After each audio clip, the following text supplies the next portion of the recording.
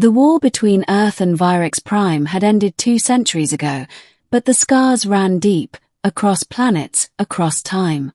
Vyrexians, a long-lived alien species with crystalline blood and empathy-based communication, had finally opened their borders to Earth. Now, as the galaxies inched toward unity, a summit aboard the floating city of Zemai hosted delegates from every world. Commander Elira Tharn walked into the Hall of Accord in full regalia. Her high-collared jacket brushed with silver trim, the traditional Vyrexian symbol of mourning etched across her chest. The memories flooded her again.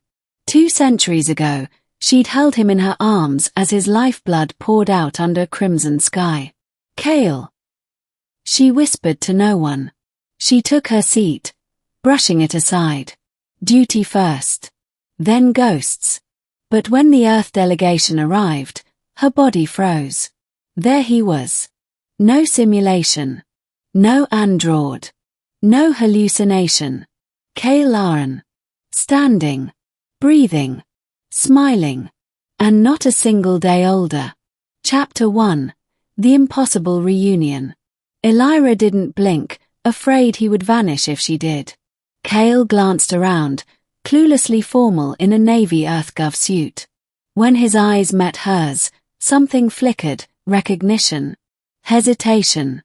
"Commander Tharn?" he asked as he approached. "Have we met before?" His voice. Still low, still warm. "You don't remember me," she whispered. Should I? I held you as you died on the battlefield at Vyrix Ridge. 200 years ago." Silence blanketed them. Kale's brow furrowed. "That's impossible. I'm only 34. Born in New Chicago. I work in interplanetary relations. I've never seen battle. I buried you with my own hands." Her voice cracked, crystalline tears forming in the corners of her eyes. A passing aide stared. Elira turned on her heel and walked away. Chapter 2. The Records. Back in her quarters, Elira opened the archive. Kale Laren. Human. Tactical advisor during the final Earth Vyrix campaign. Died in 2325. Confirmed by Vyrix medics. She pulled up the holoscans. There it was, his blooded uniform, the scar across his temple, his lifeless body cradled in her arms. She remembered whispering a Vyrexian farewell. He had smiled, even while dying. "Don't cry, Elira. I'm glad I met you." Now he was alive. Not just alive, unchanged. Chapter 3. Echoes and Shadows. Kale knocked on her door the next morning. "I couldn't sleep," he said. "I ran facial scans. The files were restricted, but I think you're telling the truth." Elira stepped aside wordlessly. Kale paced. "There's no record of me existing before my birth date. No medical anomalies. But I had this dream growing up. Always the same." She turned. "A red sky," he said. "A woman with silver-lined armor. Holding me as I died. I thought it was just a nightmare." Elira swallowed. "That wasn't a dream." "I think I'm a clone," he said. "Or a reincarnation. Or something more." "No," Elira said. "You're him. I feel it." She stepped closer. Her fingers touched his chest, over the same spot where his heart had failed 2 centuries ago. His breath hitched. Her crystalline veins shimmered with emotion. "Your soul, it's the same." Chapter 4. The Experiment. They investigated EarthGov records. What they found chilled them. A classified project. Chronogenesis. Launched during the war. Objective. Create a temporal stasis chamber to preserve high-value assets. Kale's name was listed. Subject 01. "Your government froze you," Elira whispered. "Without consent." He stared at the file. "They said it was voluntary, but I have no memory of agreeing." "You weren't cloned. You were preserved. Locked in time. For 2 centuries. They brought you back. And never told you who you were. He sat down, the weight of a missing lifetime crushing him. I died, he said. And they brought me back to a world I don't recognize. And a woman who never stopped grieving. Chapter 5. The Choice. As news of the Chronogenesis program leaked, tension soared. Earth was accused of playing God, of hiding war crimes. Protests erupted. The summit teetered on collapse. Elira and Cale found solace only in each other.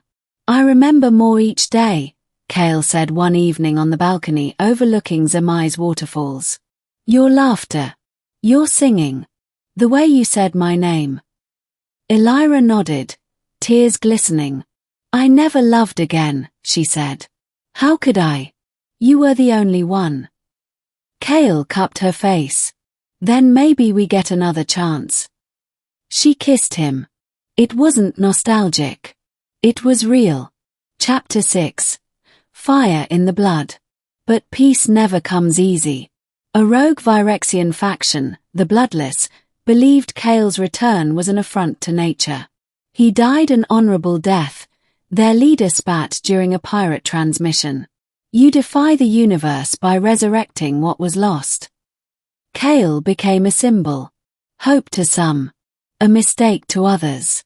An attempt on his life came during a speech in Zemai's Crystal Plaza. Elira threw herself in front of him, a plasma bolt grazing her side. Cale caught her, just as she once caught him. Not again, he said. I won't lose you again. Chapter 7. The Soul Thread. To protect him, Elira proposed a Virexian ritual. The Soul Thread, a ceremonial binding that linked 2 life forces across space and time. Traditionally used for eternal companions, it was believed to anchor them, protect them. It's permanent, she warned. Cale looked at her. So am I. The ritual was simple. Their hands joined, a thread of light spun between their chests. When the bond sealed, both gasped. Cale saw every memory she'd held, their first kiss, their last goodbye, the lonely centuries. And Elira saw his confusion, his rebirth, his search for meaning. They were whole. Chapter 8. Truth and Reckoning.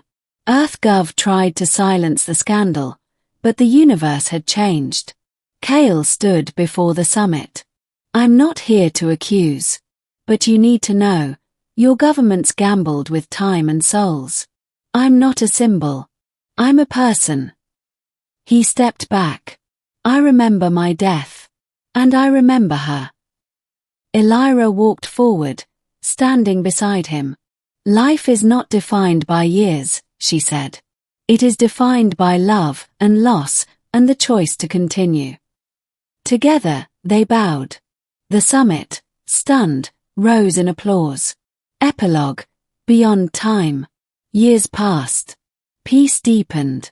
Cale and Elira taught others the soul thread ritual, not as lovers, but as a symbol of unity between species. Their story was taught in schools. A human who defied time. A Virexian who defied grief. One night, aboard a quiet observatory drifting between galaxies, Cale turned to her. Do you think we'd find each other again, in another life? Elira smiled. We already did. He kissed her softly, stars glimmering in his eyes. And in the silence of space, their souls shimmered, intertwined forever, beyond time.